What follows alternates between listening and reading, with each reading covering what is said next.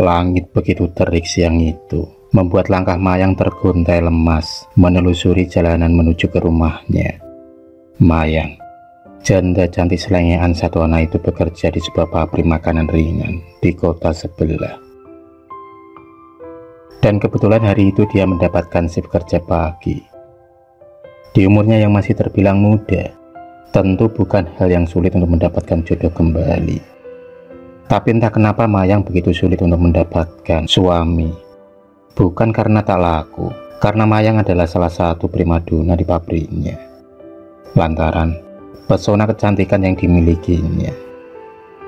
Sudah banyak laki-laki yang mencoba mendekati Mayang, tapi semua selalu gagal di tengah jalan dengan alasan yang berbeda-beda. Dan tahun ini 8 tahun genap sudah. Dengan seringnya mengalami kegagalan dalam percintaan, membuat Pak Hadi, ayahnya mengambil keputusan membawa anak bungsunya itu untuk menemui salah satu kenalannya yang berprofesi sebagai dukun atau paranormal, dengan tujuan membersihkan Mayang dari aura negatif dan berharap didekatkan jodohnya. Hal itu bukan tanpa alasan, karena Pak Hadi merasa kalau anaknya selama ini diguna-guna oleh Warno, mantan suami Mayang, agar tak bisa menikah dengan lelaki manapun.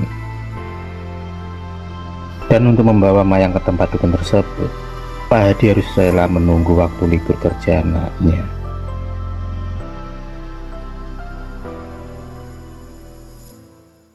Dan akhirnya hari yang ditunggu-tunggu itu pun tiba. 1 jam perjalanan ditempuh dengan mengendarai sepeda motor. Rumah megah dan mewah, lengkap dengan pintu gebyok, menambah kegagahan rumah bernuansa Jawa modern tersebut. Senyum menawan tanpa menyambut hangat kedatangan ayah dan anak itu. Pak Hadi menunduk hormat di hadapan laki-laki yang dipanggil Pak Mahmud. Mereka tanpa asik ngobrol, karena mereka ternyata sudah lama kenal akrab. Tampan dan berwibawa itulah yang ada di pikiran Mayang saat bertemu dengan Pak Mahmud. Pak Mahmud sendiri ternyata masih berumur 36 tahun dan hanya berselisih 3 tahun dengan Mayang. Pertemuan pun berlanjut, dan untuk pertemuan yang kedua ini, Mayang diharuskan mandi air dari 7 sumur yang sudah diberi kembang setaman.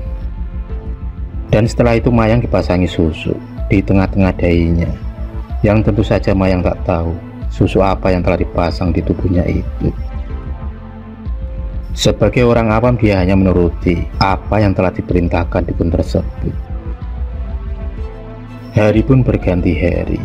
Diam-diam Mayang selalu menghubungi Pak Mahmud. Mereka berdua sering ngobrol dan bertukar pikiran.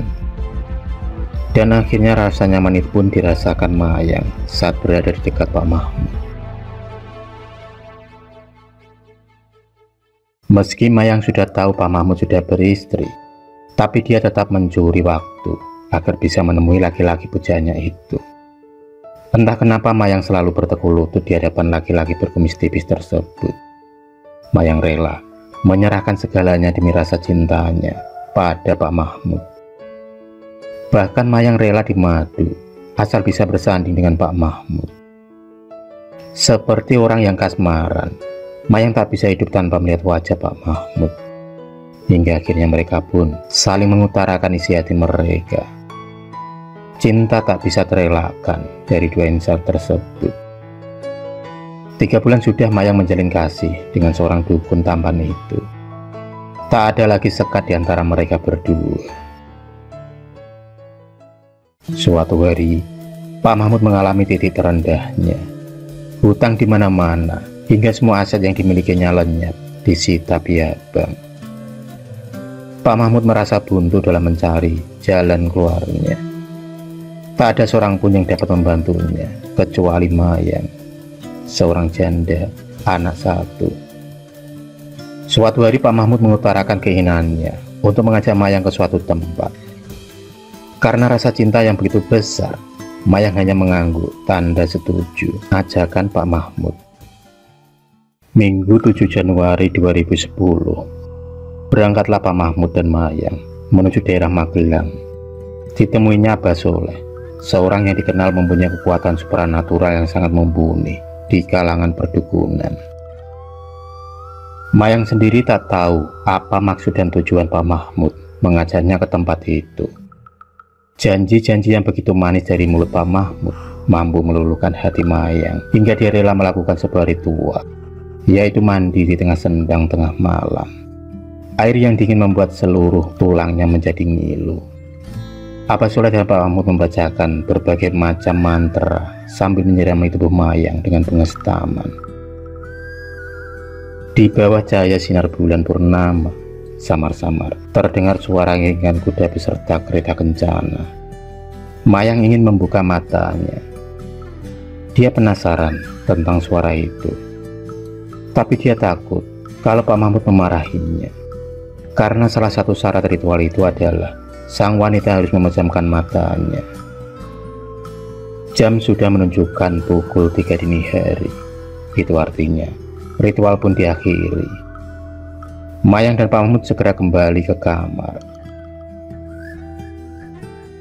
Setelah membersihkan diri, Mayang mendapati Pak Mahmud tertawa kegirangan. Tawa yang telah lama hilang itu kini kembali terdengar di telinganya. Pelan-pelan Mayang mendapati Pak Mahmud, dan alangkah kagetnya Mayang ketika melihat uang 3 kardus penuh di depan laki-laki tersebut. Lembaran-lembaran rupiah itu sudah tak terhitung lagi banyaknya. Bahkan seumur hidupnya Mayang baru kali ini melihat uang sebanyak itu. Tapi kegirangan Pak Mahmud tak berlangsung lama, karena ternyata uang itu langsung lenyap seketika setelah Abah Soleh mengatakan kalau syarat dalam ritual itu tak disetujui oleh sang Bunda Ratu. Detik itu juga Pak Mahmud kembali lemas, pikirannya pun buyar, karena niat untuk mengambil kekayaan secara instan telah gagal. Setelah kejadian malam itu, Mayang mulai merasa ada keanehan. Dia pun memberanikan diri bertanya pada Pak Mahmud tentang tujuan ritual tersebut. Dengan memegangi kepalanya, Pak Mahmud bicara yang sejujurnya pada Mayang, bahwa dia dijadikan umpan untuk mengambil pesugihan, karena salah satu syaratnya adalah seorang wanita janda. Tapi semuanya gagal lantaran Pak Mahmud lupa menyajikan ayam cemani sebagai persembahan. Setelah kejadian malam itu, Mayang mulai menjaga jarak terhadap Pak Mahmud. Meski perasaannya menolak, tapi dia harus tetap bertahan, karena dia sadar laki-laki pujaannya itu telah musrik. Tapi semakin dia berusaha melupakan, bayangan Pak Mahmud selalu terbayang di benak Mayang, hingga tiba-tiba Pak Mahmud hilang bak ditelan bumi.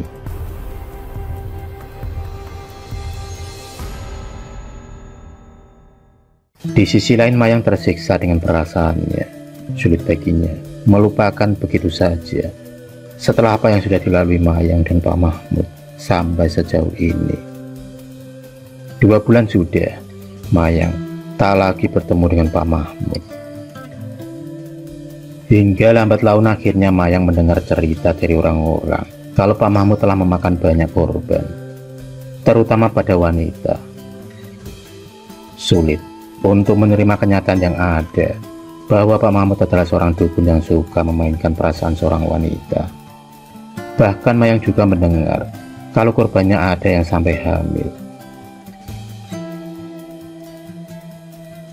Atas saran dari saudaranya, Mayang akhirnya mendatangi seorang kiai untuk membantu permasalahannya, terutama menghilangkan rasa yang dimiliki pada Pak Mahmud. "Duh, awakmu kena pelet," jawab Pak Kiai. Mendengar perkataan dari Pak Kiai itu, Mayang pun lemas. Dia pun kemudian menceritakan semua kejadian dari awal sampai akhir waktu bersama Pak Mahmud. Dan Pak Kiai kemudian meyakini bahwa benda yang dipasang di dahi Mayang adalah susu agar Mayang tergila-gila pada Pak Mahmud. Dan Pak Kiai pun mengambil kesimpulan bahwa Pak Mahmud mendekati Mayang hanya untuk dijadikan umpan tumbal pesugihan. Tapi ternyata Tuhan masih menyayangi Mayang. Rencana itu pun gagal. Lambat laun kemudian Mayang bisa melupakan Pak Mahmud setelah diruqyah Pak Kiai. Dan kini Mayang rajin menjalankan sholat 5 waktu. Sampai kini Pak Mahmud masih belum ada kabarnya.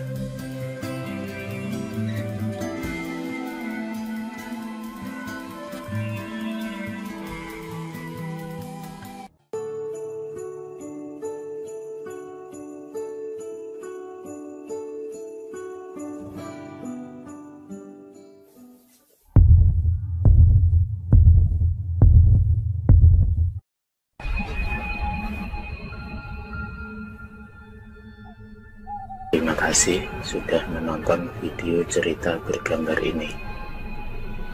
Klik subscribe untuk terus mendapatkan video-video cerita bergambar selanjutnya. Semangat berkarya.